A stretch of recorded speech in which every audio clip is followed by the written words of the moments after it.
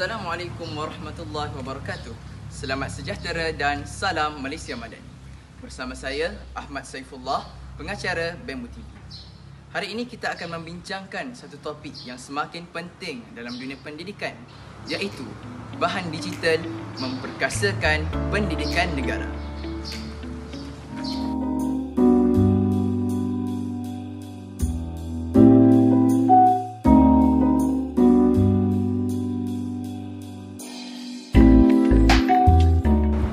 Di era digital ini, pendidikan tidak lagi terbatas oleh ruang dan waktu. Teknologi moden membawa perubahan besar, memberikan akses yang lebih luas dan memperkayakan pengalaman belajar. Salah satu elemen penting yang kini sedang memperkaya dunia pendidikan adalah bahan digital. Persoalannya, adakah bahan digital benar-benar membantu pelajar dan guru? Sejauh manakah keberkesanan penggunaan bahan digital dalam sesi pembelajaran? Jadi, jangan ke mana-mana, jom kita sama-sama saksikan. Antara kelebihan apabila kita menggunakan bahan digital dalam pembelajaran ialah bahan seperti video pembelajaran, e-buku dan aplikasi pendidikan memberi peluang kepada pelajar untuk belajar pada bila-bila masa dan di mana sahaja. Ini memudahkan pelajar yang mungkin sukar mengakses pendidikan tradisional atau berada di kawasan luar bandar.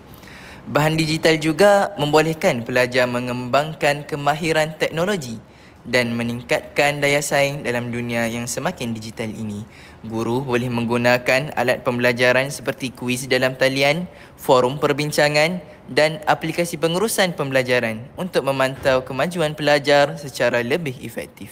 Dengan penggunaan bahan digital yang bijak, kita boleh meningkatkan kualiti pendidikan dan menjadikan pembelajaran lebih menarik serta mudah diakses oleh semua lapisan masyarakat. Jadi kesimpulannya, bahan digital sangat membantu guru dan pelajar dalam cara belajar dan mengajar. Dengan menggunakan bahan digital dalam pendidikan, kita dapat meningkatkan kualiti pembelajaran dan memberi peluang yang sama rata kepada semua pelajar.